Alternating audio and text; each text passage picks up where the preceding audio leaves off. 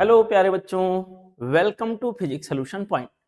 मेरे प्यारे बच्चों, आज की वीडियो में हम लोग टेस्ट नंबर 13 को डिस्कस करेंगे। अगर आपके कोई डाउट होंगे तो आपको इस वीडियो से बहुत हेल्प मिलेगा और आशा करते हैं आपका डाउट दूर हो जाएगा। ठीक है, तो चलिए कंटिन्यू करते हैं बेटा। यहाँ पे हम लोग स्टार्ट करेंगे क्वेश्चन नंबर 1 से। आपके पेपर का क्वेश्चन नंबर 1 आपके सामने है। यहाँ पे बच्चों कहा गया है, in a Wheatstone bridge three resistances P, Q and R connected in the three arms of a and the fourth arm is found by two resistances S1 and S2 connected in parallel। कहा गया है the condition for the bridge to be balanced will be, bridge के balance होने की condition क्या होगी। तो आइए बच्चों देखते हैं इसका सोल्यूशन पार्ट। ब्रिज के बैलेंस होने की कंडीशन, ये बड़ा सिंपल सा बात है। अगर कोई भी स्टोन ब्रिज बेटा बैलेंस्ड कंडीशन में है तो उसके जो चार आर्म होते हैं, जैसे मान लेते हैं, मान लीजिए ये व्हीट स्टोन ब्रिज है सपोज ऐसे। यहाँ पर बच्चों व्हीट स्टोन ब्रिज के अंदर एक रेजिस्टेंस यहाँ कहीं लगा हुआ है, एक यहाँ कहीं लगा हुआ है, एक यहाँ कहीं और एक यहाँ कहीं। ट्रेडिशनली जो इनका नाम रखा जाता है बच्चों, ट्रेडिशनली जो इनका नाम रखा जाता है PQRS, जैसा कि आप जानते हैं। अगर ये वाला रेजिस्टेंस P रहा तो ये Q रहा, ये रहा R, ये रहा S। बैलेंसिंग कंडीशन में हमें पता है P upon Q equal to R upon S होता है।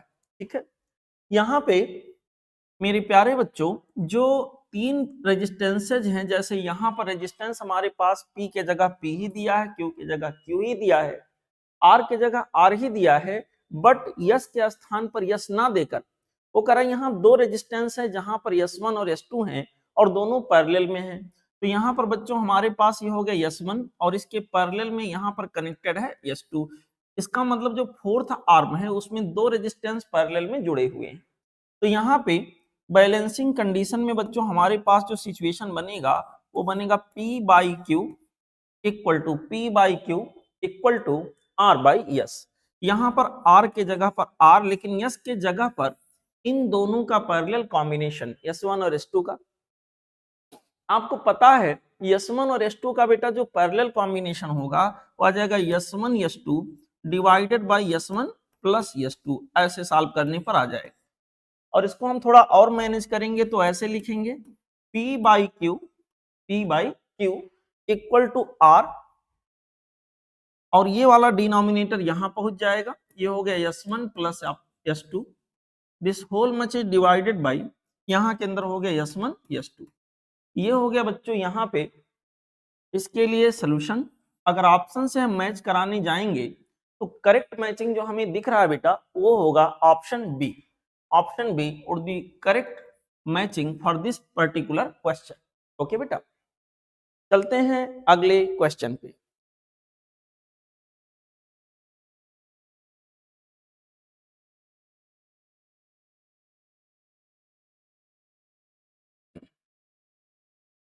बेटा अगला क्वेश्चन ये रहा, क्वेश्चन नंबर 2। देखिए कहा गया है an ammeter reads up to 1 ampere.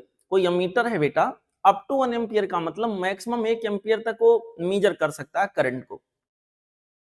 It's internal resistance is 0.81 Om.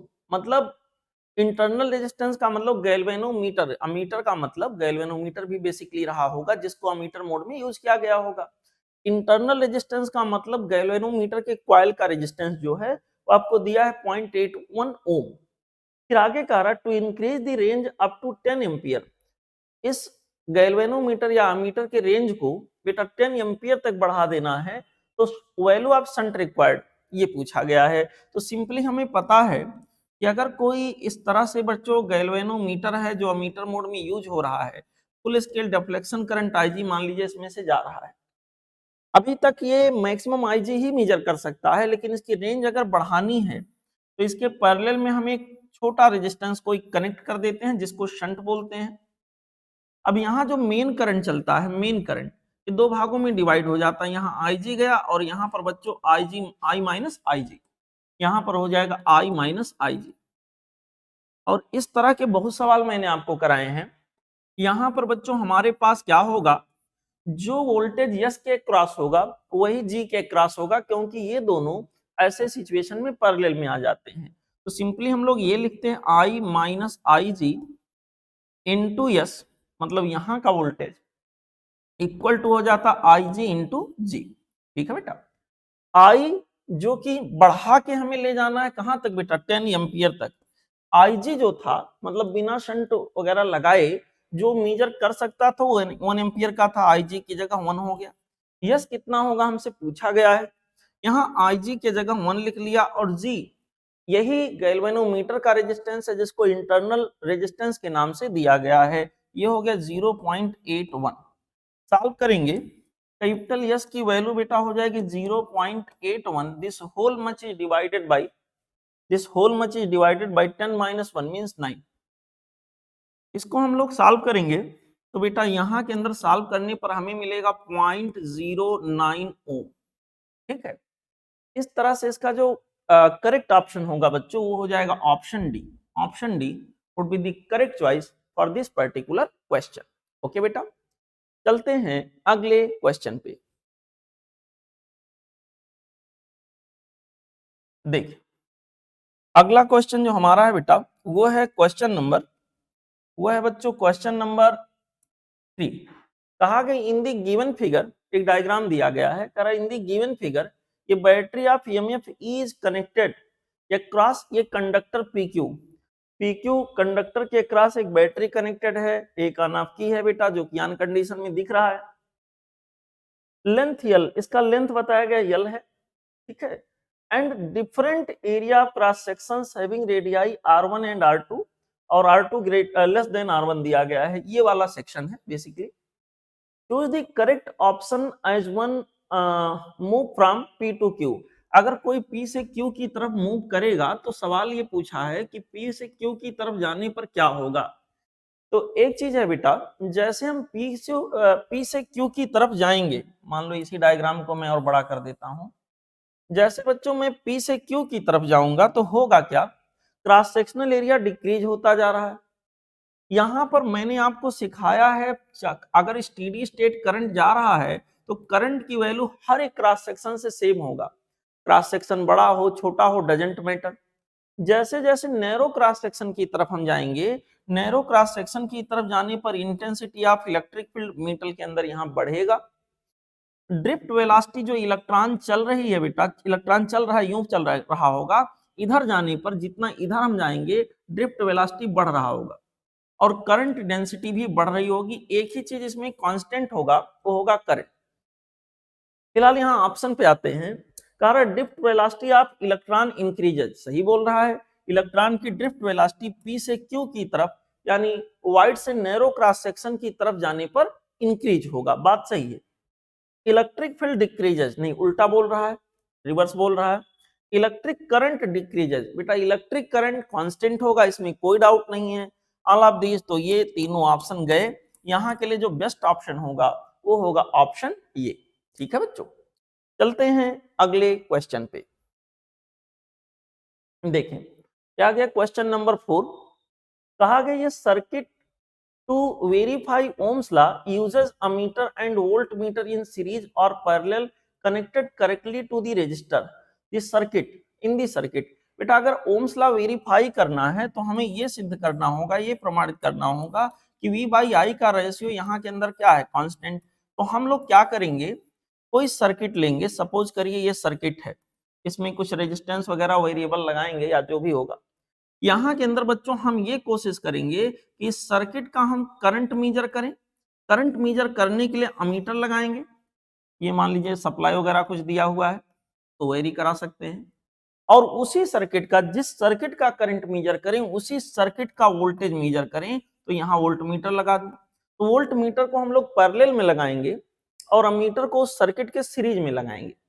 Option देखें, कहा गया ammeter is always due in parallel, पहले ही गलत बोल दिया, अमीटर बेटा सीरीज में लगाना चाहिए। Both ammeter and volt meter must be connected in parallel, ये भी बात गलत हो गया, दोनों को पैरेलल में तो नहीं लगाना है।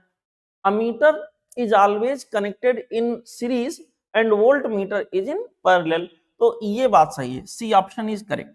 ठीक है, डी भी गलत बोल रहा है, कह रहा दोनों को सीरीज में लगाएंगे, नहीं सर ये बात गलत है। तो बहुत सिंपल सा, बहुत नॉर्मल सा सवाल है, इस तरह के क्वेश्चन मैं खूब कराया हूं मेरे प्यारे बच्चों। अब चलते हैं हम लोग अगले क्वेश्चन पे। देखें क्वेश्चन नंबर 5 कहा कि इन ये conductor if the number of conduction electron per unit volume, conduction electron का सेंस है बेटा 3 इलेक्ट्रॉन से, number of conduction electron per unit volume is 8.5 into 10 की पावर 28 पर cubic metre and mean free time वही रिलैक्सेशन टाइम कह सकते हो इज 25 फेम्टोसेकंड। ओके, फेम्टोसेकंड का मतलब होता है 1 फेम्टोसेकंड इन द सेंस 10 की पावर माइनस 15 सेकंड। मैंने ब्रैकेट में हिंट भी कर दिया है क्योंकि ये बहुत अनकॉमन चीज है, बहुत कम दिया जाता है, तो मे भी कोई बच्चे को ना पता हो तो जान जाए। यहाँ के अंदर बच्चों 25 फेम्टोसेकंड का टाइम ले रहा है, रिलैक्सेशन टाइम है। इट्स अप्रॉक्सीमेट रेजिस्टिविटी, इसकी लगभग में रेजिस्टिविटी क्या होगी? किसी मेटल के रेजिस्टिविटी के लिए बच्चों फार्मूला क्या होता था? Rho equal to m divided by n e square tau, ठीक है, ऐसा कुछ। और यहाँ सारी चीजें आपको मेंशन की गई हैं, ध्यान से देखिए। M for mass of electron जो कि एक्चुअली होगा 9.1 इंटू 10 की पावर माइनस 31 kg जो दिया भी है। नंबर ऑफ फ्री इलेक्ट्रॉन्स पर यूनिट वॉल्यूम डायरेक्टली हमको दिया है 8.5, यूनिट भी नहीं चेंज करना है, इंटू 10 की पावर 28, कितनी फ्री इलेक्ट्रॉन्स पर यूनिट वॉल्यूम में है। और E square, E for electron का चार्ज 1.6 इंटू 10 की power minus of 19, this much का स्क्वायर, ठीक है बेटा।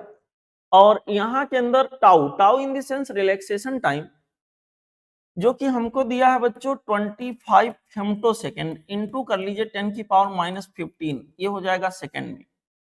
इसको सॉल्व करके जब आप आंसर निकालोगे तो केवल ऑर्डर दिखा रहा है इसमें 10 की पावर में, लगभग लगभग आ जाएगा बेटा 10 की पावर माइनस 8, 10 की power minus 8 ohm into metre इसका यूनिट होगा। अब ये सॉल्व करिएगा आराम से, ठीक है बेटा, सॉल्व करके वेरीफाई कर लीजिएगा। इसका करेक्ट चॉइस हो जाएगा ऑप्शन सी, ठीक। ओके बेटा, चलते हैं अगले क्वेश्चन पे। देखें बच्चों, ये आ गया क्वेश्चन नंबर 6। हमसे कह रहा है to verify ohm's law, ohm law को वेरीफाई करने के लिए a student connects the voltmeter across the battery as shown in the figure. कोई स्टूडेंट जो है किसी बैटरी का कुछ ईएमएफ रहा होगा, कुछ इंटरनल रेजिस्टेंस रहा होगा, उसके क्रॉस उस स्टूडेंट ने एक वोल्टमीटर कनेक्ट कर दिया है। यस, कहा गया the measured voltage is plotted as a function of current, जो वोल्टेज वहां वो मेजर कर रहा है करंट के फंक्शन में उसको यहाँ प्लॉट किया गया है। फिर कह रहा the following graph is obtained, ये वाला ग्राफ बना। If V naught is almost zero, V naught को कह रहा लगभग लगभग जीरो मान लो। आइडेंटिफाई द करेक्ट स्टेटमेंट, सही स्टेटमेंट यहाँ के अंदर क्या होगा बेटा, ये सवाल हमसे पूछा गया है। तो देखें सब लोग, सिंपल सवाल। यहाँ पे आप लोग ये ग्राफ देखो, रेजिस्टेंस देखो, इसका इंटरनल ईएमएफ मान लिया, यहाँ के अंदर जो बैटरी लगा है ईएमएफ मान लिया ई है, इंटरनल मान लिया आर है। तो यहाँ का जो वोल्टेज रहा होगा बेटा इन दोनों टर्मिनल के बीच में, जब ये बैटरी अपना काम कर रहा होगा, मैं वोल्ट मीटर को यहाँ कुछ दिया नहीं तो आइडियल मान लेता हूं, तो यहाँ सर्किट के अंदर करंट फ्लो करा रहा होगा।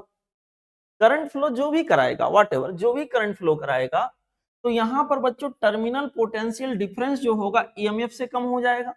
यहाँ का जो टर्मिनल पोटेंशियल डिफरेंस आएगा V equal to E minus I R, ऐसे हो गए E minus I R, capital I लिखा ग्राफ में, तो मैं कैपिटल आई कर देता हूं।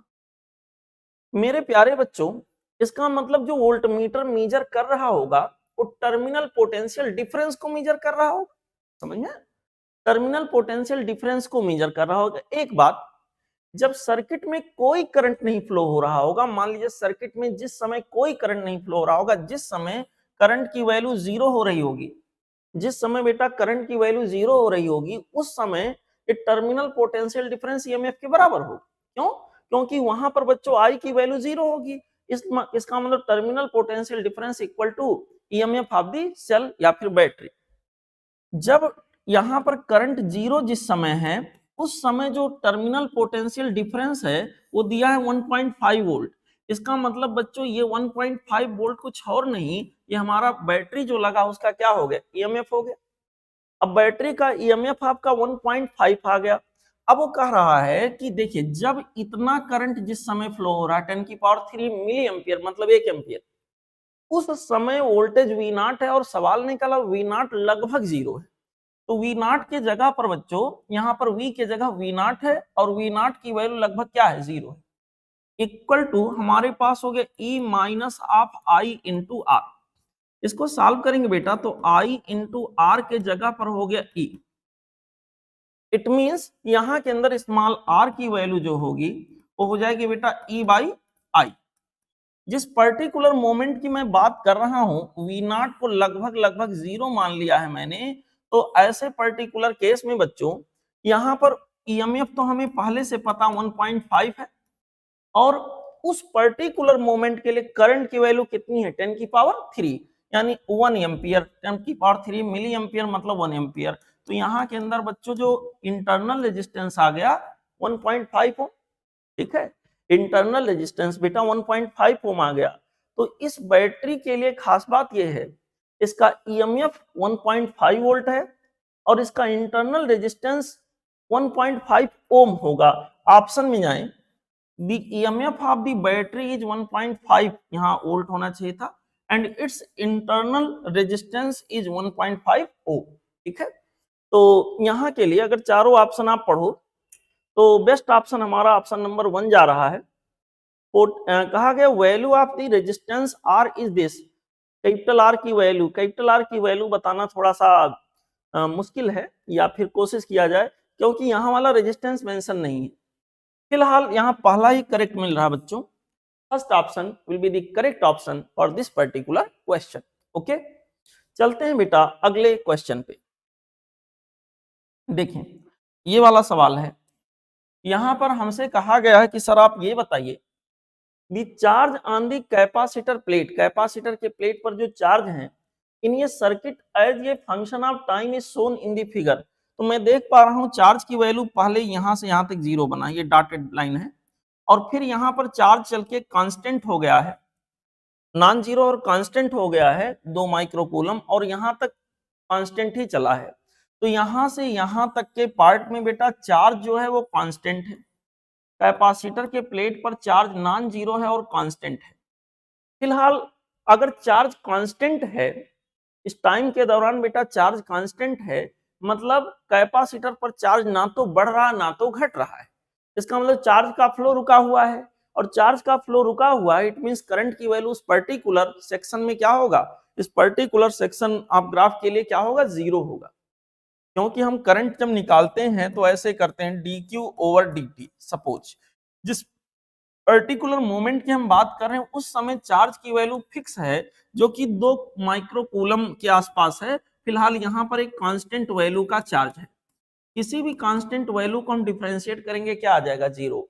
तो इस ग्राफ के इस फेज के दौरान यहाँ पर कोई भी करंट का फ्लो नहीं हो रहा होगा।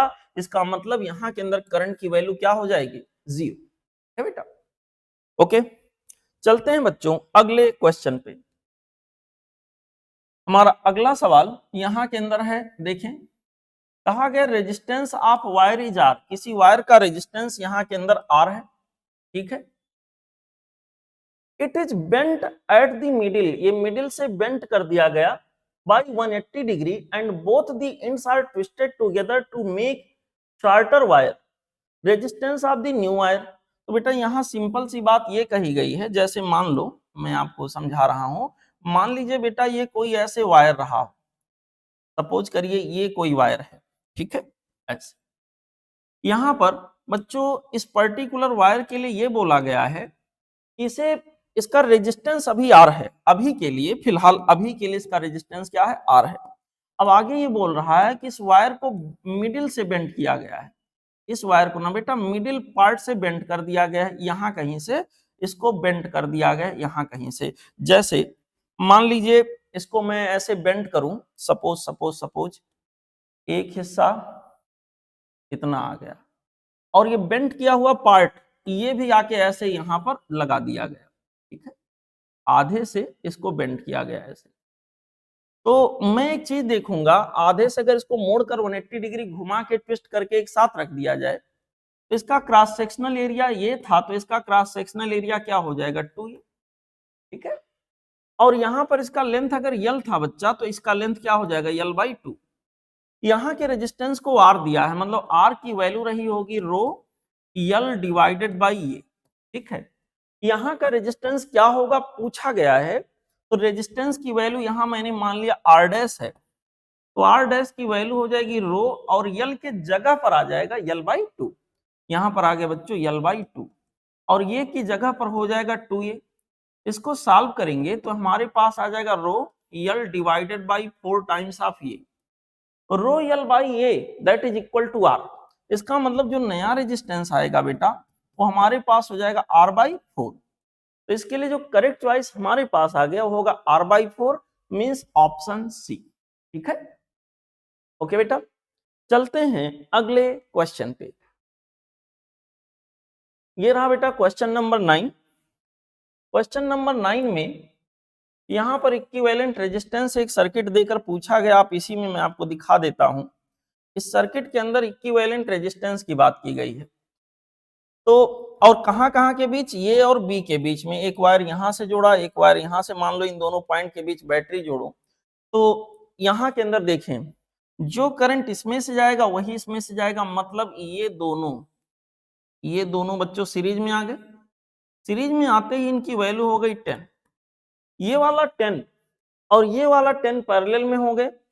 पैरेलल में होने की वजह से यहां तक का रेजिस्टेंस जो हमारे पास है ये 10 और 10 का पैरेलल ये हो गया 5। अब ये जो 5 आया ये इस 5 के बेटा सीरीज में हो जाएगा। अब यहां पर फिर से मैं एक बार चलूं तो ये जो इतना हिस्सा होगा, ये ध्यान दीजिएगा, ये हमारे पास 5 और 5 का सीरीज फिर से आ गया 10। अब ध्यान दीजिए आगे की कहानी आपको समझ में आ गई होगी। 10 और ये 10 इधर का, ये इधर इसके हिस्से पर 10 बना दीजिए, और ये 10 पैरेलल में 5 आ गया, यहां तक का पार्ट इधर का 5 आ गया ऐसे। अब ऐसे में आगे बढ़ जाऊं, अगर ये 5 है तो 5 ये और ये सीरीज में आ जाएगा, 5 5 का 10। अब 10 और ये 10 पैरेलल में आ गए, फिर 5 5 और 5 10 फिर से हो गए, और 10 और 10 का पैरेलल यहाँ के अंदर आ जाएगा 5। तो सब मिला जुला के बच्चों सीधा सीधा इसका एक्सप्लेनेशन है, आर इक्विवेलेंट की वैल्यू यहाँ के अंदर आ जाएगी 5 ओम। और ऑप्शन में जाएंगे तो यहाँ के लिए करेक्ट चॉइस हमारे पास आ जाएगा ऑप्शन सी, ठीक। बहुत इजी सवाल है, थोड़ा ट्राई करिएगा, बहुत इजीली हो जाएगा, ठीक है बच्चों। ओके, चलते हैं बेटा अगले क्वेश्चन पे। चलिए यहाँ से बच्चों क्वेश्चन नंबर 10।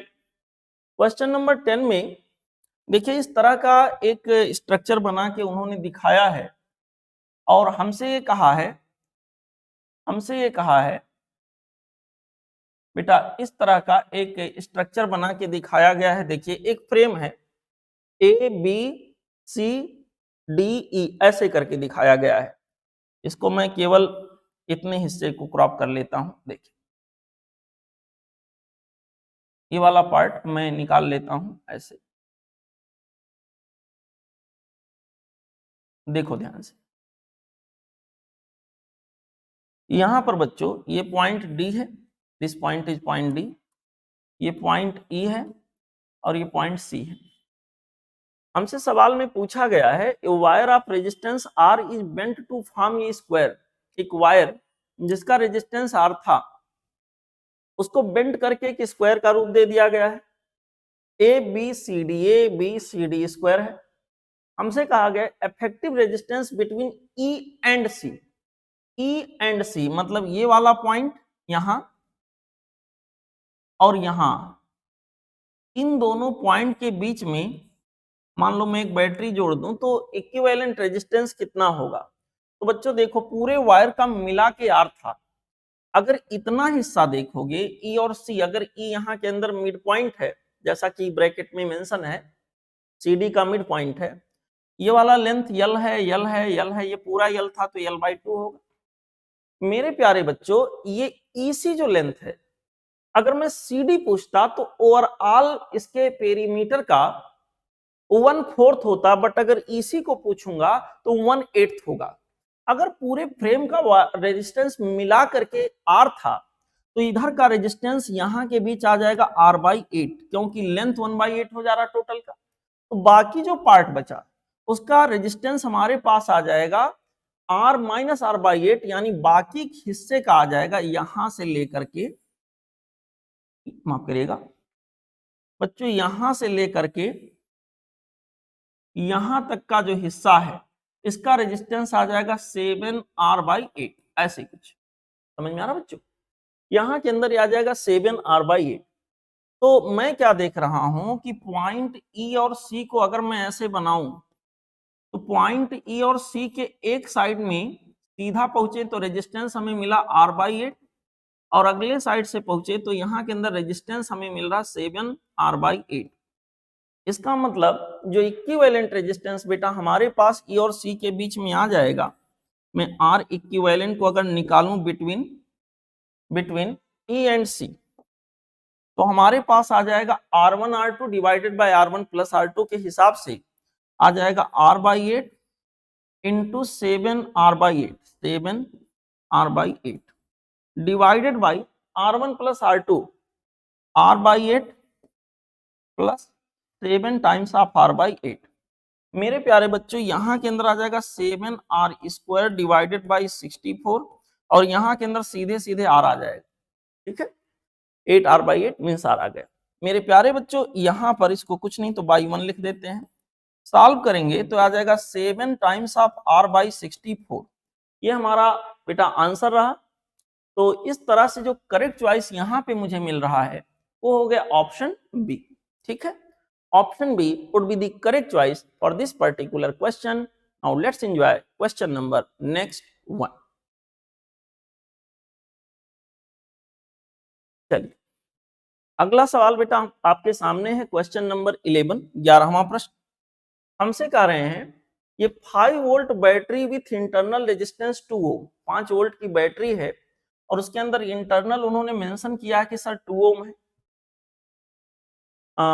एंड ये 2 volt battery with internal 1 ohm, 2 volt battery, इसका इंटरनल रेजिस्टेंस बेटा हमारे पास दिया गया है 1 ohm, connected to 10 ohm resistor as shown in figure. 10 ohm resistor से दोनों कॉम्बिनेशन यहाँ कनेक्ट किए गए हैं। Current in the 10 ohm resistor, 10 ohm के रजिस्टर में जो करंट होगा वो कितना होगा, ये हमसे पूछा गया है। मैं केवल डायग्राम को बेटा क्रॉप कर लेता हूं, यहीं से थोड़ा समझाता हूं आपको। देखिए बेटा, ये हमारा डायग्राम है, माफ करिएगा नीचे ही ज्यादा क्रॉप हो गया। यहाँ पे देखें आप लोग,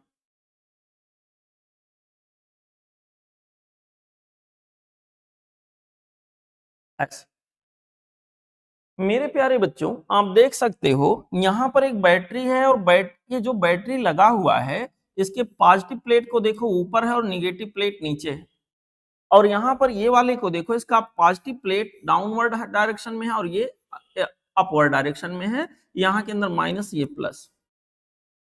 अगर P2 पॉइंट से देखें तो पहले वाले बैटरी का पॉजिटिव प्लेट कनेक्टेड है बट अगले वाले का निगेटिव। अब यहाँ यह अनुमान लगाना है करंट P2 टू P1 जाएगा या P1 टू P2 जाएगा, जरा सोचो। यहाँ पे हमें ये चेक करना होगा E1 अपान R1, अगर E1 अपान R1 निकालोगे तो 5/2 आएगा जो कि 2.5 आएगा। E2 बाई R2 निकालोगे बेटा तो यहाँ पर 1 आ जाएगा, E2 बाई R2 निकालोगे तो 2 आ जाएगा, 2/1। इसका मतलब ये हुआ कि यहाँ ज्यादा आ रहा है, E बाई स्मॉल r का रेशियो यहाँ ज्यादा आ रहा है। तो जहां पर E बाई R ज्यादा आएगा वही अगर इन दोनों का रिजल्टेंट बैटरी बनाया जाए, इक्विवेलेंट बनाया जाए, तो वही उस इक्विवेलेंट बैटरी की पोलरिटी होगी। इसका मतलब ये वाला डोमिनेट करेगा क्योंकि E बाई R की वैल्यू यहाँ 2.5 आ रहा है और यहाँ 2 आ रहा है। मीन्स अगर हम एक इमेजिनरी सेल बनाए, इन दोनों को हटा के, ये देखिए दोनों पैरेलल में है, इन दोनों की जगह पे बच्चों एक इमेजिनरी सेल बनाए तो उस इमेजिनरी सेल का यहाँ के अंदर जो पॉजिटिव प्लेट होगा ऊपर आ जाएगा, इक्विवेलेंट ईएमएफ, और एक इंटरनल रेजिस्टेंस यहाँ पर कनेक्ट कर देंगे। अब इन दोनों को हटा दिए, इन दोनों की जगह पर एक रख दिए, और यहाँ से हमारे पास कनेक्टेड है पॉइंट P2 और यहाँ से कनेक्टेड हमारे पास बेटा पॉइंट P1। इनके बीच में एक रेजिस्टेंस कोई सा है 10 ओम का। अब एक बात तो स्पष्ट है कि करंट का जो फ्लो होगा, करंट का जो बहाव होगा बच्चों, वो P2 से P1 की तरफ होगा। करंट का फ्लो बेटा P2 से P1 की तरफ होगा, तो दो ऑप्शन जो P1 टू P2 दिया है वो तो गया। अब एग्जैक्टली कितना करंट फ्लो होगा ये चीज निकालने के लिए हमें बच्चों निकालना होगा इक्विवेलेंट ईएमएफ और स्मॉल आर इक्विवेलेंट। यहाँ के अंदर बच्चों इक्विवेलेंट ईएमएफ निकालने के लिए जाएंगे तो नियमानुसार ये हो जाएगा E1 अपान R1 ज्यादा पोलरिटी वाला, E1 अपान R1 माइनस हो जाएगा E2 अपान R2। माइनस इसलिए क्योंकि यहाँ अपोजिट पोलरिटी में दोनों कनेक्टेड है, इसका पॉजिटिव इधर है तो इसका निगेटिव इधर है। बेटा दोनों की पोलरिटी अपोजिट होने की वजह से यहाँ ऐसा किया, बड़ा माइनस छोटा, divided by 1 upon R1 plus 1 upon R2। इसको सॉल्व करेंगे बेटा तो ये हमारे पास आ जाएगा 5/2 माइनस 2/1, ऐसे माइनस 2/1 डिवाइडेड बाई यहाँ के अंदर हो जाएगा 1/2 प्लस 1/1। ओके, इसको सॉल्व करेंगे, इक्विवेलेंट ईएमएफ निकालने की कोशिश करेंगे तो देखिए इधर से आ जाएगा, कितना आ जाएगा 1/2 डिवाइडेड बाई यहाँ पर आ जाएगा 3/2। इसका मतलब हो गया 1/3 वोल्ट। ये आपका इक्विवेलेंट ईएमएफ आ गया बेटा। इक्विवेलेंट ईएमएफ हमारे पास कितना आ गया 1/3 वोल्ट। और इक्विवेलेंट स्मॉल आर की वैल्यू जो होगी, इंटरनल रेजिस्टेंस की इक्विवेलेंट वैल्यू, देखिए ये जो लिखा है ये क्या है, ये 1/R इक्विवेलेंट ही तो है। 1/R इक्विवेलेंट की वैल्यू देखिए 3/2 आया है, तो R इक्विवेलेंट की वैल्यू बेटा क्या आ गया 2/3। यहाँ के अंदर ये हो जाएगा 2/3। अब करंट कितना फ्लो होगा, P2Q तो जाएगा बट कितना जाएगा यहाँ लिख लेते हैं। अगर मैं इसको निकालने के लिए जाता हूं बेटा तो जो करंट यहाँ निकल करके आएगा I की value equivalent EMF 1/3 divided by overall circuit का इक्विवेलेंट रेजिस्टेंस 2/3 प्लस 10 या 10 प्लस 2/3। ये हो गया बेटा यहाँ के अंदर 10 प्लस 2/3।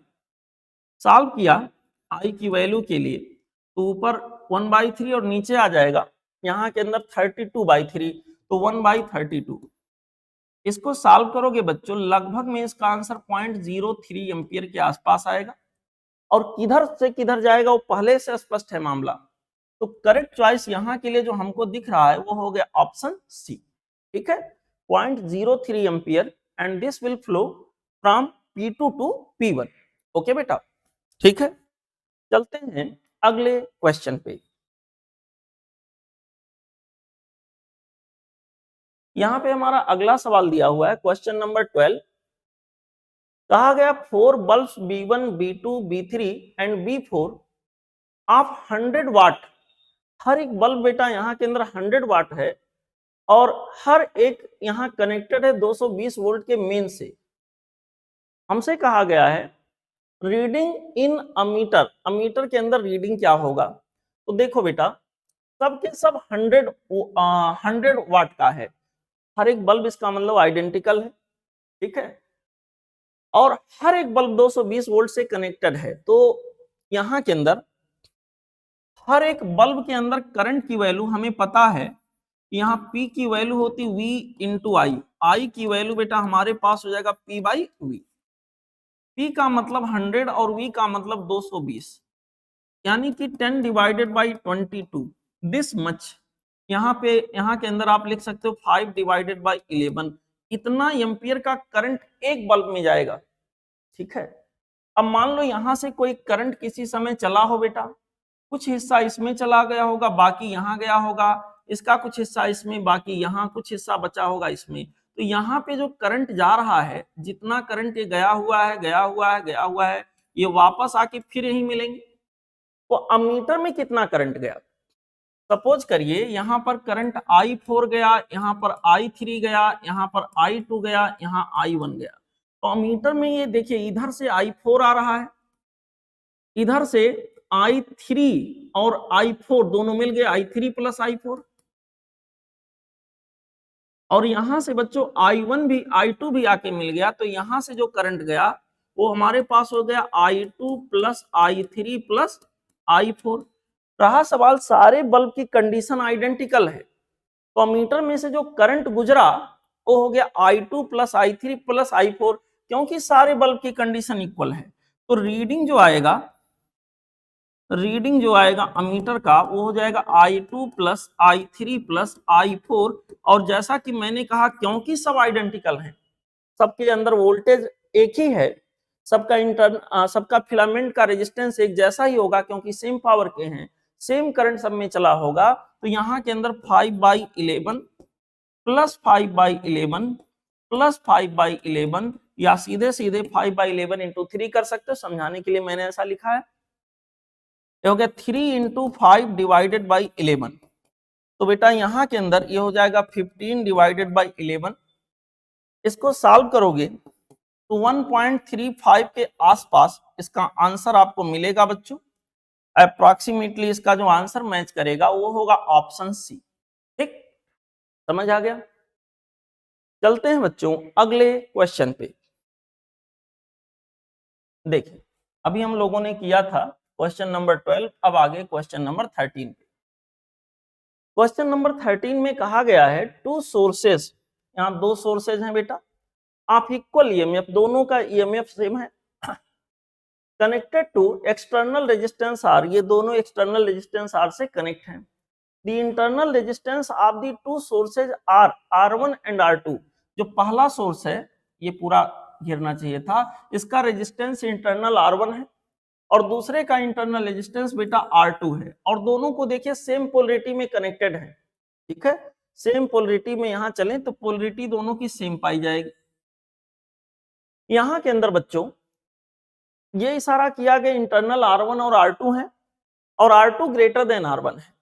तो हमसे कहा गया if the potential difference across the source having internal resistance R2 is 0, then देखो बेटा यहां पर जो इसके अंदर पोटेंशियल डिफरेंस होगा किसी भी सेल के अक्रॉस, वो टीपीडी टर्मिनल पोटेंशियल डिफरेंस होगा।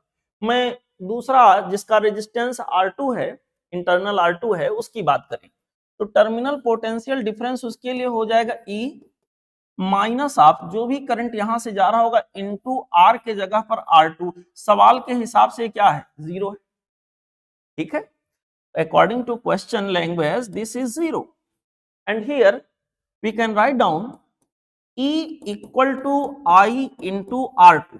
ठीक है बेटा, अब सवाल उठा यहाँ पे करंट कितना जा रहा होगा, तो यहाँ पर बच्चों जो करंट चलेगा ध्यान दीजिएगा, यहाँ पर करंट की वैल्यू अगर I है तो इस I को हम लिखेंगे टोटल EMF जो कि 2E है, divided by total resistance, external R है, इंटरनल R2 और R1 दोनों जुड़ जाएंगे, तो यहाँ के अंदर हो जाएगा R plus R1 plus R2। ये हो गया I की वैल्यू, यहाँ रख लेते हैं। मेरे प्यारे बच्चों यहाँ पर हमारे पास आ गया E इक्वल टू I के जगह पर हो गया 2 times of E divided by R plus R1 plus R2 into यहाँ के अंदर हो गया R2।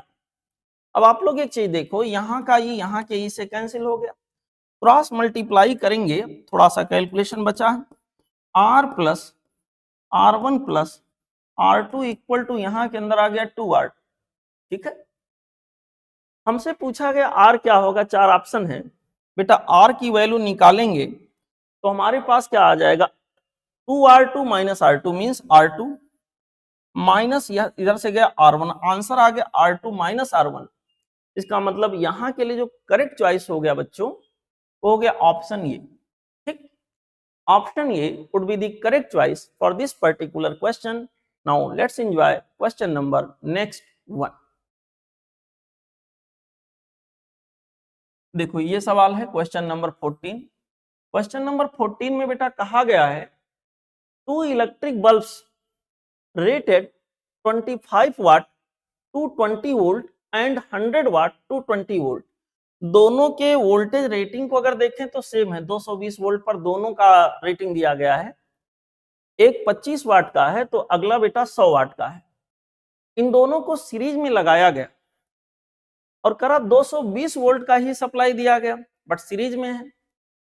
कहा गया है कि if 25 watt and 100 watt bulbs draw power P1 and P2 respectively, then देखो अगर इनको पैरेलल में ज्वाइन किया जाता तब तो एक्चुअली जो पावर इनका मेंशन था वही ये देते, बट इनको सीरीज में ज्वाइन किया गया है। देखो बेटा क्या होगा कि यहां पे एक इलेक्ट्रिक बल्ब लिया गया और यहां पे एक इलेक्ट्रिक बल्ब लिया गया, ये दोनों बल्ब को सीरीज में लगा दिया गया और यहां पर जो सप्लाई दी गई है वो सप्लाई बच्चों 220 वोल्ट की दी गई है।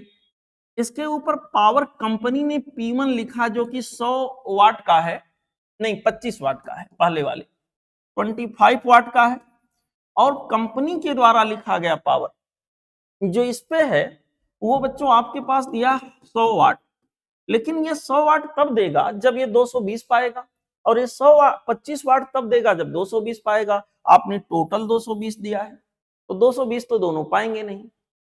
कंपनी ने जब इस बल्ब दोनों बल्ब को मैन्युफैक्चर किया होगा तो ये सोचा होगा P इक्वल टू, कंपनी ने क्या सोचकर बनाया होगा, P equal to V square divided by R।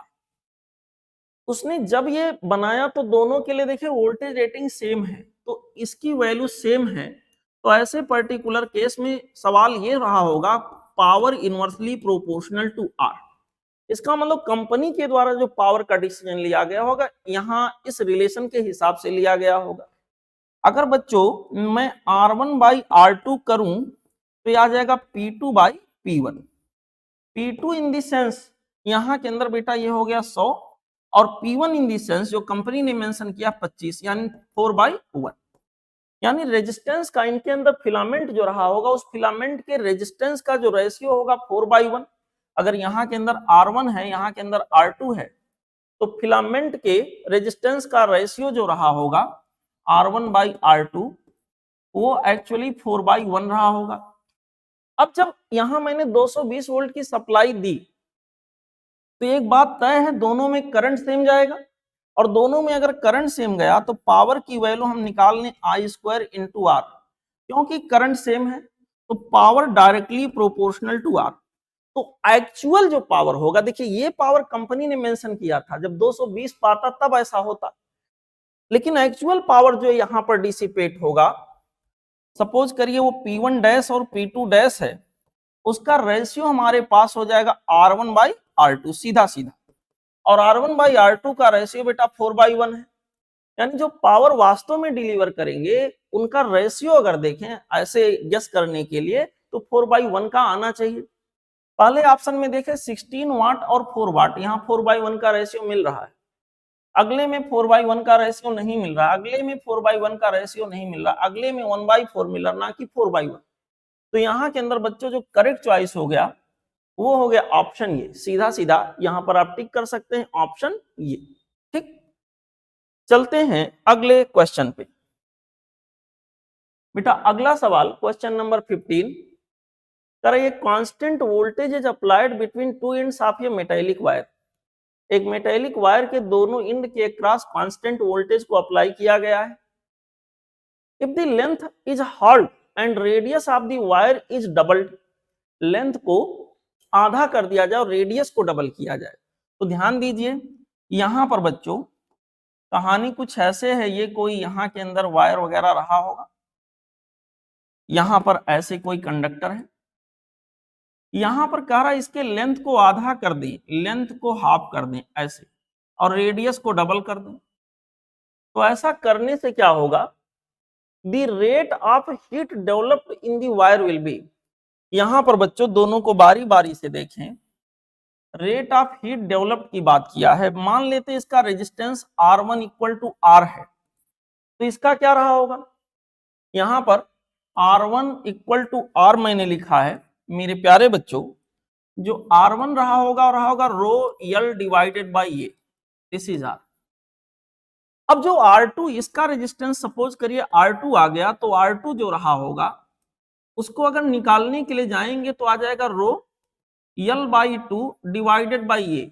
अगर आपने रेडियस हाफ किया है, ध्यान दीजिएगा, तो क्रॉस सेक्शनल एरिया यहाँ के अंदर रेडियस को डबल किया, माफ करिएगा, रेडियस को अगर डबल किया गया है तो क्रॉस सेक्शनल एरिया 4 टाइम्स हो जाएगा, तो यहाँ के अंदर आ गया 4 ये निकालने पर आ जाएगा बच्चों R/8 ऐसे। इसका मतलब जो R2 होगा पहले के रेस्पेक्ट में 1/8 हो जाएगा। अब जैसा कि सवाल में कुछ कहा नहीं गया तो मान के चलेंगे सेम वोल्टेज अप्लाई किया गया होगा, जो वोल्टेज यहां वही वोल्टेज यहां। हमसे कहा गया ratio of heat produced in the wire, heat produced किसी पर्टिकुलर टाइम में H equal to V² divided by R into T। Same time की बात ऑब्वियसली की गई होगी, वोल्टेज सेम लगाया गया, तो heat produced inversely proportional to क्या हो जाएगा R। इस तरह से पहले वायर में जो हीट प्रोड्यूस होगा और अगले में जो हीट प्रोड्यूस होगा उसका रेशियो R2 बाई क्या आ गया R1। R2 बाई R1 का मतलब हो गया R/8 डिवाइडेड बाई बच्चों यहां के अंदर आ गया R, कितना हो गया 1/8। ठीक है, दिस इज 1/8। इसका मतलब यहां पर बच्चों हमारे पास क्या हो गया, जो हीट प्रोड्यूस होगा दूसरे केस में H2 equal to 8 times of H1। इसका मतलब हीट प्रोड्यूस की जो वैल्यू होगी 8 टाइम्स हो जाएगी। तो ऑप्शन यहां के अंदर निकालने जाएंगे करेक्ट वाला, तो हमको सीधा सीधा दिख रहा ऑप्शन ये।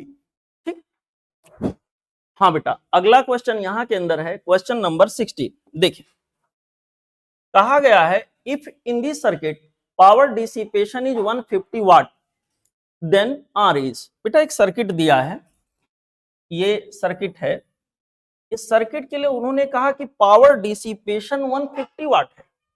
मतलब जब हम कनेक्शन देंगे तो कुछ पावर डिसिपेशन यहां से होना है, जो अननोन रेजिस्टेंस है, कुछ पावर डिसिपेशन यहां से होना है, ये दोनों मिलाकर ओवरऑल पावर डिसिपेशन 150 वाट है।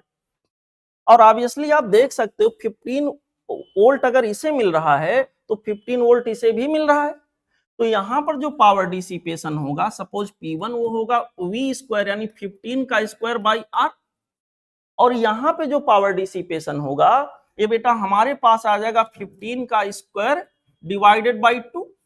ये दोनों मिलाकर कितने हैं, ये दोनों मिलाकर बच्चों 150 वाट है। ठीक है, तो सिंपली हमें क्या करना है, 15 का स्क्वायर अपान यहां के अंदर R प्लस 15 का square divided by 2, this whole power is 150 as given in the question.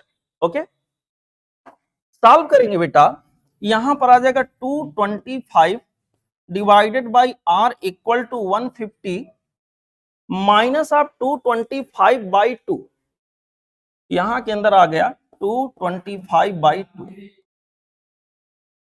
इसको सॉल्व करेंगे बच्चों, यहां R की वैल्यू निकालने का प्रयास देखिए करते हैं, सॉल्व कर लेना आप लोग। यहां के अंदर R की वैल्यू जो आता है वो आएगा 6 ओम, पूरा सॉल्व करने पर यही आएगा करेक्ट चॉइस, यहां के लिए आ गया ऑप्शन बी। ठीक है, चलते हैं बेटा अगले क्वेश्चन पे। देखें अगला सवाल हमारे पास है यहां मैग्नेटिज्म से, इसमें कहा गया है ये triangular shaped wire carrying current of 10 ampere current is placed in a uniform magnetic field 0.5 Tesla. Okay, magnetic field बच्चों आप देख सकते हो यूं जा रहा है, मैग्नेटिक फील्ड यूं गया हुआ है, ये रहा मैग्नेटिक फील्ड, ये रहा बच्चों मैग्नेटिक फील्ड ऐसे गया हुआ है, ये देखिए मैग्नेटिक फील्ड यूं जा रहा, मैं एक कोई लाइंस ऑफ फोर्स ऐसे बना के दिखाता हूं, ये रहा B, this is magnetic field B. Okay, और जो लेंथ है हमसे पूछा जो CD सेगमेंट इसका है, ना कि AB ना कि BC ना कि DE, उसने केवल CD की बात की है, कहा इसके ऊपर कितना मैग्नेटिक फोर्स लगेगा। तो जो एक्चुअल फार्मूला है, अगर किसी करंट कैरिंग वायर को हम किसी मैग्नेटिक फील्ड में रखते हैं तो उसके ऊपर लगने वाला जो मैग्नेटिक फोर्स होता है, सपोज Fm, ये होता I L B sine theta. Generally ज्यादातर सवाल वैसे होते हैं जिसमें थीटा की वैल्यू 90 डिग्री होती है, बट यहां थोड़ा सा उससे हटके है। आपको देखना पड़ेगा कि यहाँ पे यल और बी के बीच में एंगल कितना है। यल, जब मैग्नेटिज्म में हम कोई लेंथ को एज ए वेक्टर लेते हैं, तो मैंने कितनी बार बोला है कि length is always taken along the direction of current flow. जिधर करंट फ्लो हो रहा उधर लेंगे यल को। बेटा इसका मतलब यल वेक्टर जो हमारे पास होगा, उस यल वेक्टर की डायरेक्शन करंट के अलोंग ऐसे होगा, और बी यहाँ है। आप देख रहे हो यहां पर ये लाइन और ये लाइन पैरेलल है, तो ये वाला एंगल, क्योंकि इक्विलैटरल ट्राइंगल ये है, तो ये 60 होगा, तो ये भी क्या होगा 60। तो सिंपली यल और बी के बीच में एंगल 60 आ गया। यहां सारे डेटा आपको दिए हैं, रख दीजिए। इसको सॉल्व करेंगे बच्चों। आई के जगह पर 10 एम्पियर है, यल की जगह पे आपको यहाँ यल की वैल्यू जो भी है 5 सेंटीमीटर रख लीजिए।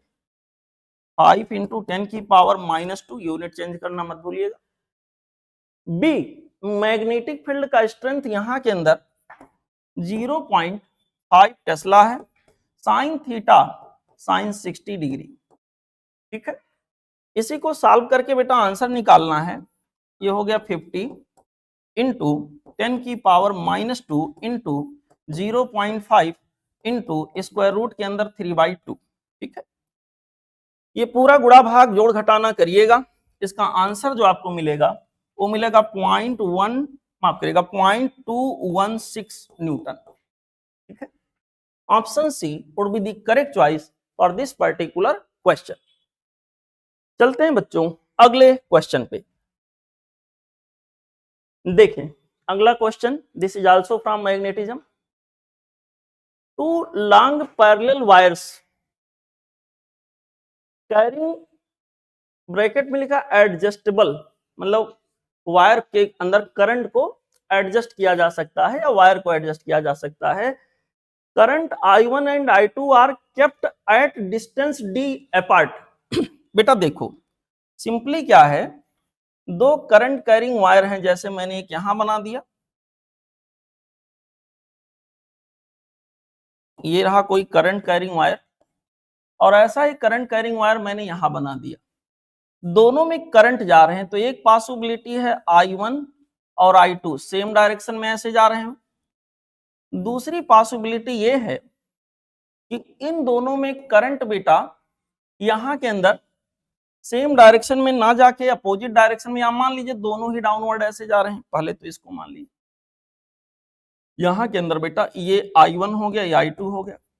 और एक कंडीशन ये हो सकता है कि दोनों में करंट की डायरेक्शन क्या हो, अपोजिट हो। जस्ट कंसीडर अगेन, दोनों में करंट की डायरेक्शन अपोजिट हो, मतलब एक में करंट अगर मैं ऐसे दिखा रहा हूं तो अगले में ऐसे।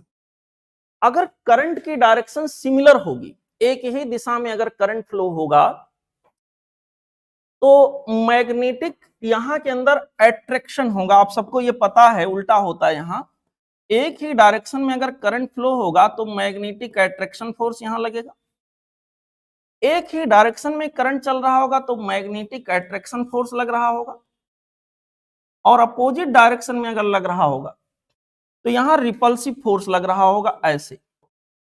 उन्होंने हमसे कहा है कि सर ऐसा है, यहां जो रिपल्सिव फोर्स है उसको आप पॉजिटिव ले लीजिए, और जो एट्रैक्टिव फोर्स है उनको निगेटिव ले लीजिए। तो अब इसके बेसिस पर हमें ग्राफ सेट करना है कि कौन सा ग्राफ होगा। और यहां पर ग्राफ देखिए किसके किसके बीच बना, मैग्नेटिक फोर्स और I1 इंटू I2।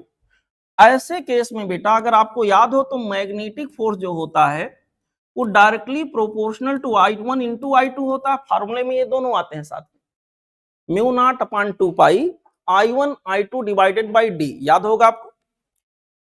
तो बेटा यहां पर इसका मतलब इनके बीच में जो ग्राफ जाने वाला है वो लीनियर जाएगा, दोनों की एक पावर के प्रोपोर्शनल है। मान लीजिए करंट ऐसे जा रहा है, अगर इसको मैं पॉजिटिव मान रहा हूं तो ये भी पॉजिटिव है, दोनों का मल्टीप्लाई पॉजिटिव आएगा, दोनों का मल्टीप्लाई बेटा पॉजिटिव आएगा। और दोनों को अगर मैं ऐसे मान रहा हूं, ये इधर जा रहा है, ये भी इधर जा रहा है, इसको निगेटिव तो इसको negative, negative into negative positive. जब हमारा I1 इंटू I2, यहां देखें I1 इंटू I2 यहां के अंदर पॉजिटिव आएगा और I1 इंटू I2 यहां के अंदर क्या आएगा, निगेटिव आएगा। और यहां देखें बच्चों I1 अगर इसको मैं पॉजिटिव ले रहा हूं तो ये क्या है, इसका मतलब यहां I1 इंटू I2 क्या आ जाएगा, निगेटिव।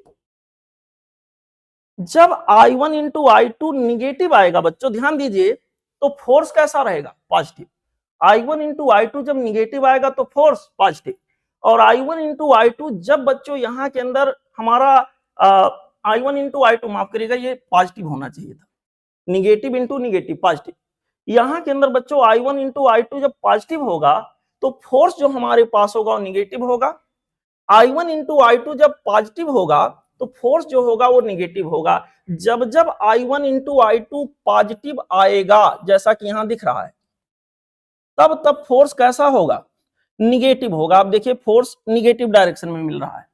और जब जब I1 इंटू I2 निगेटिव आएगा, निगेटिव आने का मतलब करंट की डायरेक्शन अपोजिट, तब तब फोर्स कैसा होगा, पॉजिटिव होगा। I1 इंटू I2 जब निगेटिव आएगा तो फोर्स कैसा होगा, पॉजिटिव होगा। I1 इंटू I2 जब पॉजिटिव आएगा तो फोर्स कैसा होगा, निगेटिव होगा। तो ऐसा ग्राफ मुझे ऑप्शन 1 में दिख रहा है। अगले में चेक करो, तो I1 इंटू I2 जब पॉजिटिव डायरेक्शन में तो फोर्स पॉजिटिव है, नहीं, I1 I2 जब पॉजिटिव होगा तो फोर्स कैसा होगा, निगेटिव होगा, अट्रैक्टिव होगा, जो कि यहां नहीं मिल रहा है। ऐसे बच्चों चारों ऑप्शन को चेक करेंगे तो बेस्ट ऑप्शन इज ऑप्शन ये। ठीक, चलते हैं अगले क्वेश्चन पे। ओके, अगला सवाल बच्चों कह रहा, two long conductor separated by a distance d carrying current I1 and I2 in the same direction. दो यहां पर बच्चों लॉन्ग कंडक्टर हैं, d डिस्टेंस अपार्ट दोनों रखे गए हैं, दोनों में करंट I1 और I2 सेम डायरेक्शन में जा रहा है। ओके, दे एग्जर्ट फोर्स, सेम डायरेक्शन में करंट जाने का मतलब उनके बीच बच्चों कैसा फोर्स लग रहा होगा। सेम डायरेक्शन में अगर करंट जा रहा है तो यहां पर उनके बीच अट्रैक्टिव फोर्स लग रहा होगा। अपोजिट में जाएंगे तो रिपल्सिव लगेगा, उल्टा होता है। कहा गया they exert force F on each other, now current in one of them is increase to 2 times and direction is reversed. Direction reverse कर देंगे मतलब करंट अपोजिट हो गया, और करंट अपोजिट अगर हो गया तो इस बार रिपल्सिव फोर्स लगना शुरू हो जाएगा। मतलब पहले फोर्स अगर पॉजिटिव था, पहले फोर्स अगर निगेटिव था तो अब पॉजिटिव हो गया। दोनों का रेशियो लेने की बात कही गई, और दूसरे केस में डिस्टेंस को भी d से बढ़ाकर 3d कर दिया गया है। तो बच्चों देखो पहला वाला जो फोर्स रहा होगा, suppose F1 that was equal to F mu naught upon 2 pi I1 I2 divided by d, ऐसा कुछ है। अभी दोनों के अंदर करंट सेम डायरेक्शन में है, this is I1, this is I2। दूसरे कंडीशन में जो नया फोर्स आएगा म्यू नॉट अपॉन 2 पाई, यहां के अंदर बच्चों हमारे पास into L, force per unit length की कहानी है, कुछ बोला नहीं गया है। अगर लिख भी दे तो उससे फर्क नहीं पड़ता, पर यूनिट लेंथ ही निकालते हैं। I1 इंटू I2, उसने कहा है now the current one of them is increase 2 times. दोनों में से किसी एक में मान लो I1 की जगह 2I1 हो गया, और उनके बीच जो सेपरेशन था, और एक चीज और कहा है एंड डायरेक्शन इज रिवर्स्ड। यहां पर बच्चों 2I1 ऐसे कर दिया गया, और इनके बीच में जो सेपरेशन था वो बढ़ाकर 3d कर दिया गया। पहले d था तो अब 3d हो गया। यहां के अंदर this much divided by 3d, अगर इसको सॉल्व करेंगे तो f dash would be equal to 2/3 mu naught upon 2 pi. इसको सॉल्व करेंगे बेटा, आ जाएगा I1 I2 divided by d, this whole much is equal to F। इसका मतलब जो नया फोर्स आया वो आ जाएगा 2/3 टाइम्स ऑफ F। बट एक चीज का ध्यान देना है, पहले करंट सेम डायरेक्शन में था मतलब फोर्स अट्रैक्टिव था, और अब करंट अपोजिट डायरेक्शन में हो गया मतलब फोर्स रिपल्सिव हो गया। क्योंकि दोनों फोर्स का नेचर अपोजिट है और इस वजह से बच्चों यहां पर जो साइन होगा वो निगेटिव लगा देंगे ताकि अच्छे से वेरीफाई हो पाए। तो ऑप्शन यहां के अंदर बच्चों हो गया ऑप्शन ये। ठीक, चलते हैं अगले क्वेश्चन पे। देखिए क्वेश्चन नंबर 20 करा 72 ohm galvanometer is shunted. 72 ohm galvanometer का सेंस हुआ एक ऐसे गैल्वेनोमीटर की बात हो रही है जिसके अंदर कॉइल का रेजिस्टेंस 72 ओम के इक्वल हो। ओके, कहा गया shunted by resistance of 8 ohm. Condition is like this, there is a galvanometer and a shunt resistance is connected like this. Okay, question is given, value of capital G is here 72 ohm and the value of shunt resistance this is 8 ohm. हमसे कहा गया है percentage of total current which passes through the galvanometer. Suppose करिए बेटा total current I हो तो यहाँ galvanometer से कितना मींस आई जी की वैल्यू क्या होगी, ऑब्वियसली यहाँ आई माइनस आई जी होगा। ऐसे कंडीशन में आपने बहुत सारे सवाल किए हैं, आई minus I ji into S यहां का वोल्टेज इक्वल टू यहां का वोल्टेज, ये हो जाएगा बच्चों यहां के अंदर आई जी इंटू जी।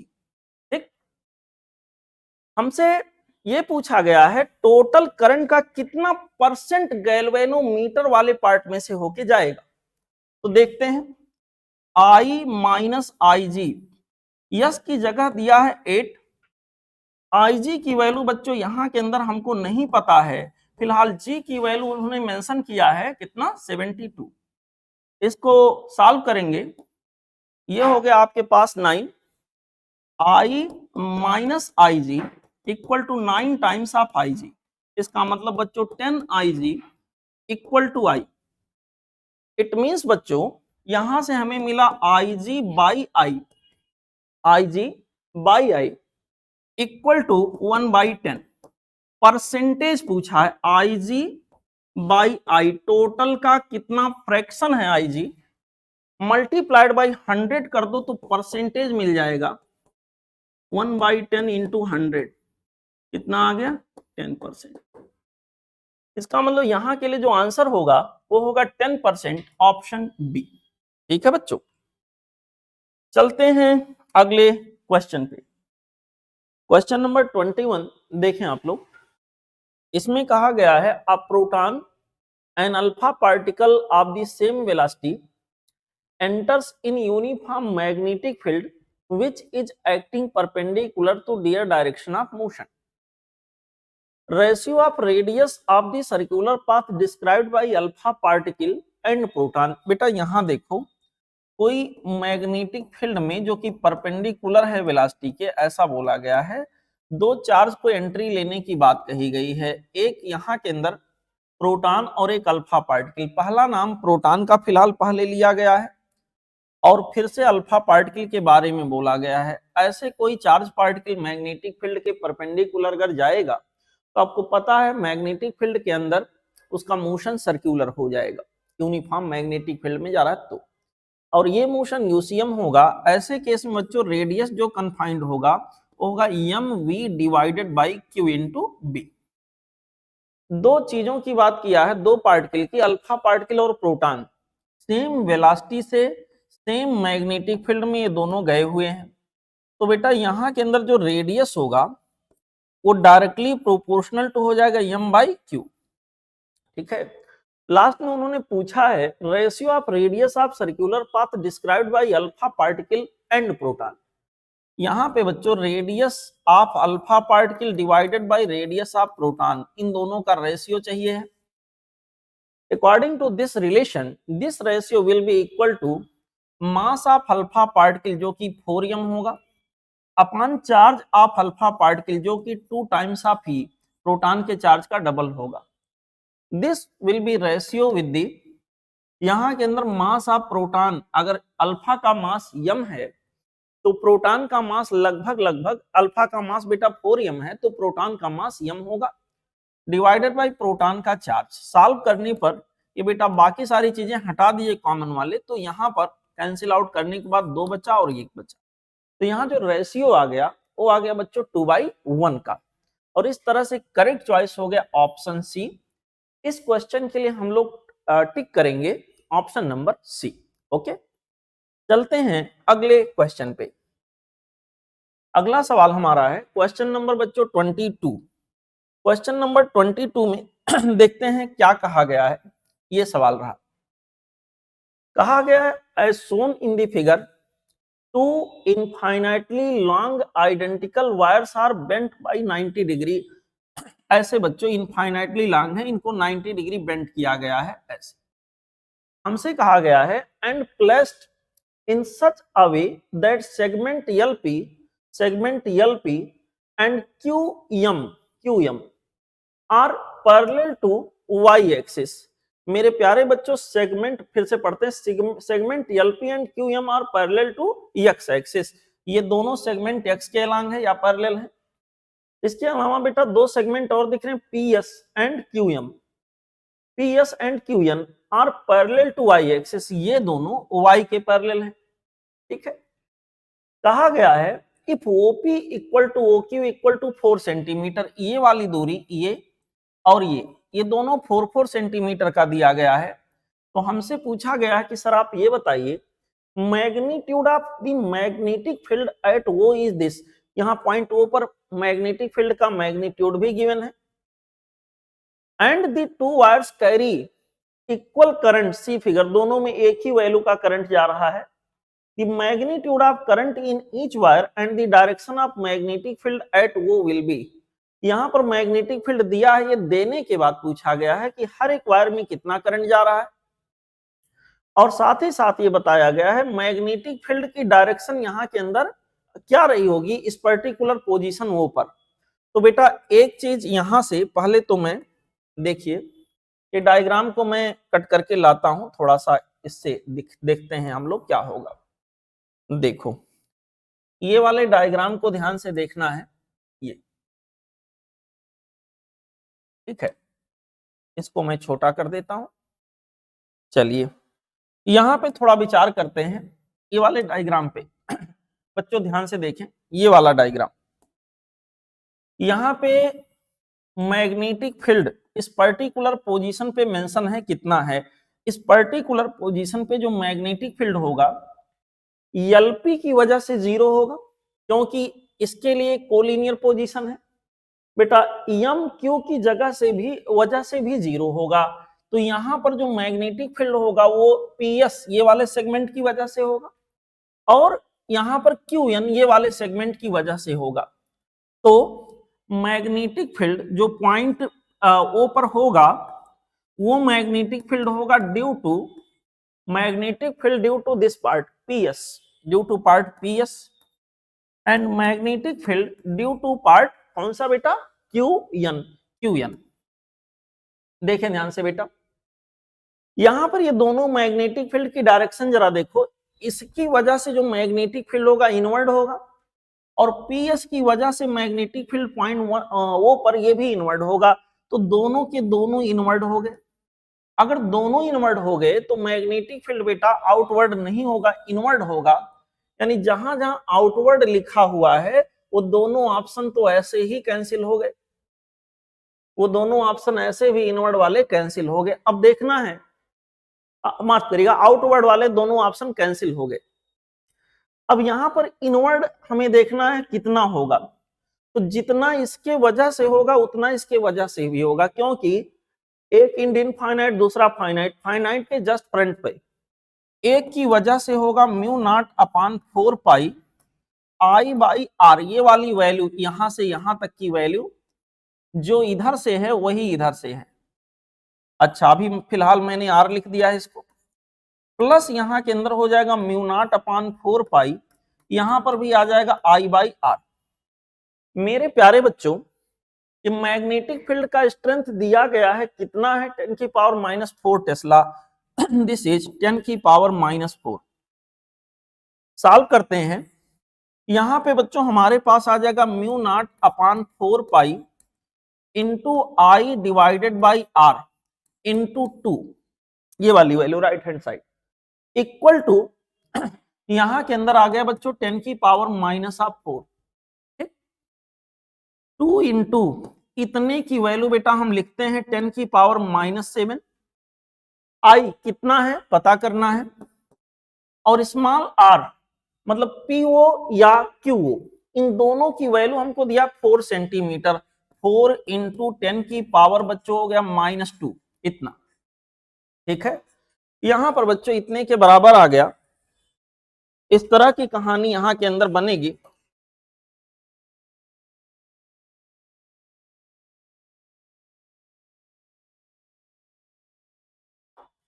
इस तरह से बच्चों यहां के अंदर सिचुएशन बनेगा।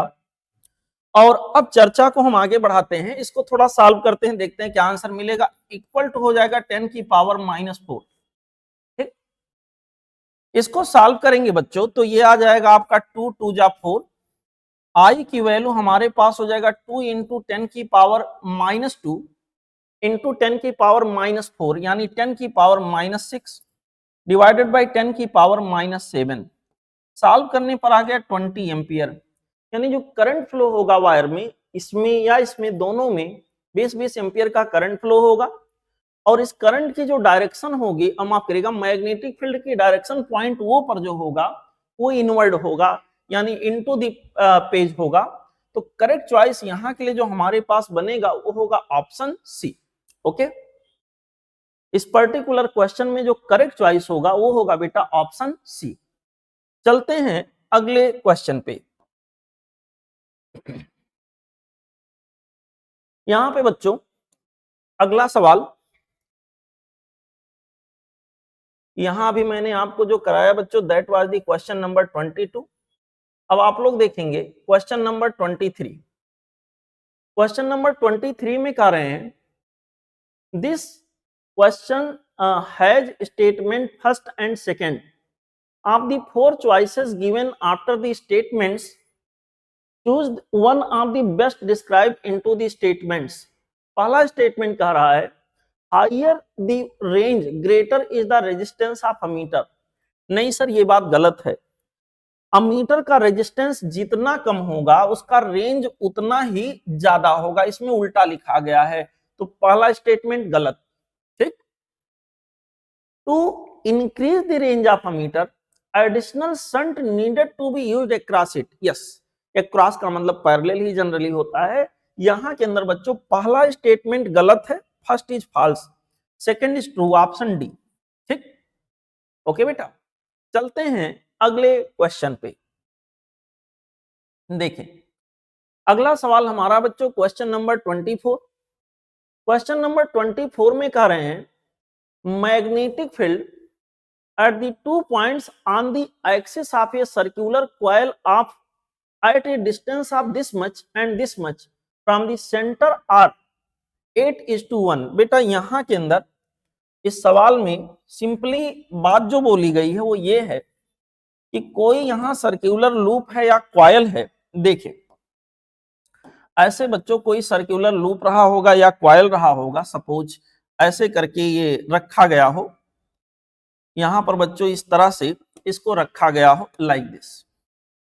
यहां पे इसका एक्सिस होगा, कहीं किसी पर्टिकुलर पोजीशन से इसका एक्सिस शुरू हो रहा है, ये एक्सिस ऐसे जा रहा है, इधर से ऐसे आ रहा है। इसके दो पॉइंट्स पर रेडियस यहां पर हमसे पूछा गया है, पता नहीं क्या है, बट दो पॉइंट का नाम लिया है। एक ऐसा पॉइंट है जहां पर x1 कह लीजिए है, यहां पर वैल्यू आपको दिया है 0.05 मीटर, और एक अगला पॉइंट दिया है बेटा 0.2 मीटर, यहां कहीं x2 दिस वन। इसको हमको दिया गया है कि सर ये 0.2 मीटर है, ये x2 है। यहां पे मैग्नेटिक फील्ड सपोज B1 है, यहां पर मैग्नेटिक फील्ड सपोज B2 है। इस करंट कैरिंग वायर की वजह से मान लो करंट ऐसे यहां पर क्लॉकवाइज जा रहा हो, इस तरह से बच्चों करंट क्लॉकवाइज जा रहा हो, ऐसे यहां के अंदर करंट जा रहा हो। चलो तब मिला जुला के यहाँ मैग्नेटिक फील्ड B1 और B2 है, और इसका जो रेशियो दिया है B1/B2 वो 8/1 दिया है। बेटा किसी लूप या किसी कॉइल के एक्सिस पर मैग्नेटिक फील्ड की इंटेंसिटी के लिए फॉर्मूला बनता है mu naught Ni capital R का square divided by 2 times of capital R square plus x square की पावर 3/2।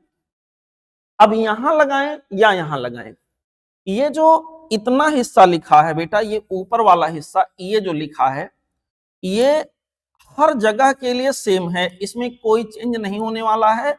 यहां पर बच्चों इसमें कोई परिवर्तन नहीं होने वाला है। टू यहां पर सेम रहना है हर जगह पे, चेंज यहां ब्रैकेट के अंदर होना एक्स की वैल्यू में। तो इस हिसाब से अगर बच्चों मैं देखूं तो बी जो होगा मैग्नेटिक फील्ड, वो इनवर्सली प्रोपोर्शनल टू हो जाएगा स्क्वायर रूट के अंदर R square plus of X square की पावर 3/2। ठीक है, आगे बढ़ते हैं। यहां पे हमारे पास b1/b2 सवाल के हिसाब से 8/1 है, और इस रिलेशन के हिसाब से क्या आएगा, ये हो जाएगा बच्चों b, माफ करिएगा, r प्लस ऑफ x1 का स्क्वायर, x1 का स्क्वायर, r स्क्वायर x1 का स्क्वायर की power 3/2। This whole much is divided by, अच्छा b1 पहले लिखा है तो पहले यहां x2 लिखना चाहिए बेटा हमें, यहां के अंदर ये हो गया x2, और इस तरह से यहां पर हो जाएगा R square plus of x1 square की power 3/2। As per the language of question this value is equal to 8:1। अगर दोनों साइड का मैं क्यूबिक रूट ले लेता हूं तो यहां के अंदर आ जाएगा आर स्क्वायर प्लस x2 का square divided by R square plus x1 का स्क्वायर, दिस होल मच का पावर यहां के अंदर हाफ हो गया, इक्वल टू 2/1। तो अब हम इसके दोनों साइड का एक बार कर लेते हैं स्क्वायर, तो आ जाएगा R square plus of x2 का square divided by R square plus of x1 का स्क्वायर इक्वल टू 4/1। ठीक है, थोड़ा आगे बढ़ते हैं। यहां के अंदर बच्चों इसको हम लोग सॉल्व करेंगे तो आ जाएगा R square plus x2 square equal to cross multiply R square plus 4x1 square, R square plus 4x1 square. Okay, यहां के अंदर बच्चों, और यहां पर एक चीज बेटा छूट रहा है, 4 टाइम्स ऑफ आर स्क्वायर। अब मैं सॉल्व करूंगा, ये वाले आर स्क्वायर को राइट में लेके जाऊंगा तो आ जाएगा 3 टाइम्स ऑफ आर स्क्वायर। यहां के अंदर बेटा हमारे पास हो जाएगा x2 square minus 4x1 square, तो यहां के अंदर बच्चों x2 square minus 4x1 square. अब देखो जो हमारे पास x2 है वो सवाल के अंदर 0.2 दिया है, 0.2 का स्क्वायर करेंगे तो 0.04 आ जाएगा। 4 टाइम्स ऑफ x1, x1 की वैल्यू बेटा हमारे पास 0.05 है, 0.05 का स्क्वायर करेंगे तो आ जाएगा 0.0025। This much equal to 3 times of R square. थोड़ा मेहनत यहां कर लेते हैं, इसको बच्चों फर्दर सॉल्व करेंगे तो हमारे पास आ जाएगा 3 times of R square equal to 0.04 minus 4 into this 0.01 आ जाएगा, यानी 0.03। यानी आर स्क्वायर की वैल्यू बेटा यहां पर सॉल्व करने पर हमारे पास आ जाएगा 0.1 पॉइंट, यहां के अंदर 0.3 आएगा और आ जाएगा 0.01। 0.01 का स्क्वायर रूट लेंगे आ जाएगा 0.1। ठीक है, तो आंसर इसका हो गया 0.1 मीटर, सॉल्व करने पर option B. This was the solution for the question number 24. Now let's enjoy question number next one. अगला क्वेश्चन देखें, क्वेश्चन नंबर 25। कहा कि electron is moving along positive x direction with velocity this much. Electron कोई सा है बेटा, electron ठहरा negative charge और ये मूव कर रहा पॉजिटिव x में कोई वेलोसिटी से, अच्छी बात है। If enters a region of uniform electric field 300 volt per centimeter, 300 volt per centimeter pointing in the positive y direction। बेटा इलेक्ट्रिक फील्ड ऐसे है, यहां के अंदर यह है 300 पर सेंटीमीटर को पर मीटर में बदलो तो डिनोमिनेटर में आ जाएगा 10 की पावर -2, ऊपर लाएंगे 10 की पावर 2, इतना वोल्ट पर मीटर। ठीक है, इलेक्ट्रिक फील्ड ऐसे है और इस रीजन में इलेक्ट्रॉन जा रहा है। कहा गया है कि बताइए magnitude and direction of magnetic field set up in this region such that electron keeps moving along positive, मतलब इलेक्ट्रॉन बिना डेविएट हुए निकल जाए। तो जब इलेक्ट्रॉन इस इलेक्ट्रिक फील्ड में जाके पहुंचेगा बच्चों, तो इलेक्ट्रॉन के ऊपर अपोजिट डायरेक्शन में इलेक्ट्रिक फोर्स लगेगा ऐसे, ठीक है, अपोजिट डायरेक्शन में यहां पे इलेक्ट्रिक फोर्स लगा। अब इतना ही अगर मैग्नेटिक फोर्स ऊपर लग जाए तो काम बन जाएगा, नेट फोर्स 0 हो जाएगा और इलेक्ट्रॉन अपनी उसी वेलोसिटी को उसी डायरेक्शन में मेंटेन रखेगा। तो सवाल उठा कि इलेक्ट्रॉन निगेटिव चार्ज है, मैग्नेटिक फील्ड किधर रखें।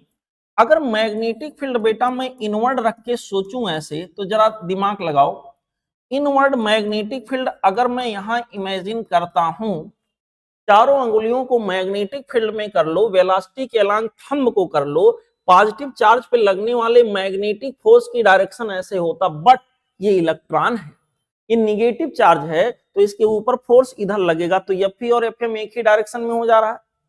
इसका मतलब यहां के अंदर ये हुआ कि ये मैग्नेटिक फील्ड इनवर्ड नहीं होगा, बल्कि ये मैग्नेटिक फील्ड बच्चों यहां के अंदर आउटवर्ड होगा।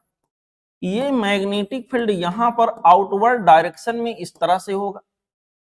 और अब जरा सोचो, इलेक्ट्रॉन ऐसे जा रहा है, चारों अंगुलियों को मैग्नेटिक फील्ड के अलोंग किया, राइट हैंड के, और थंब को वेलोसिटी के अलोंग किया। पॉजिटिव चार्ज अगर होता तो फोर्स ऐसे लगता, बट इलेक्ट्रॉन निगेटिव है, फोर्स ऐसे लगेगा।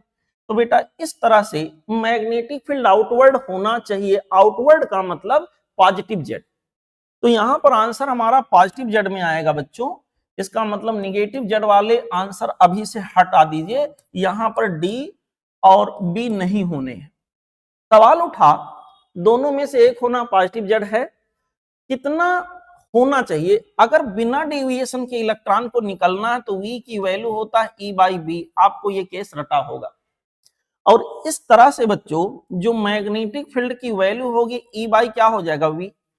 जहां तक सवाल है E का, ये हो जाएगा बेटा 3 × 10 की पावर, यहां पर लिख दीजिए 4 वोल्ट पर metre, divided by V velocity 6 × 10 की पावर 6, 6 × 10 की पावर 6, इतना हो गया। इसको सॉल्व करेंगे बेटा, आ जाएगा 3 डिवाइडेड बाई 6 × 10 की पावर -2। B की वैल्यू हो गया यहां पर बच्चों 0.5 × 10 की पावर -2। 0.5 को लिख सकते हैं 5 × 10 की पावर -1, इसको लिख देते हैं 5 × 10 की पावर -3 टेस्ला। तो इतना वैल्यू होगा, और ये होगा यलांग पॉजिटिव एक्स एक्सिस, यानी कि जो आंसर हमारे पास आ गया वो सी हो गया। ठीक है बेटा, ओके बच्चों, इसके आगे का वीडियो सोल्यूशन मैं अगले दिन पर आपको भेजूंगा, यानी कल भेजने की कोशिश करूंगा। तब तक और चीजें पढ़िए, पढ़ते रहिए, हंसते रहिए, मुस्कुराते रहिए। थैंक यू बच्चों।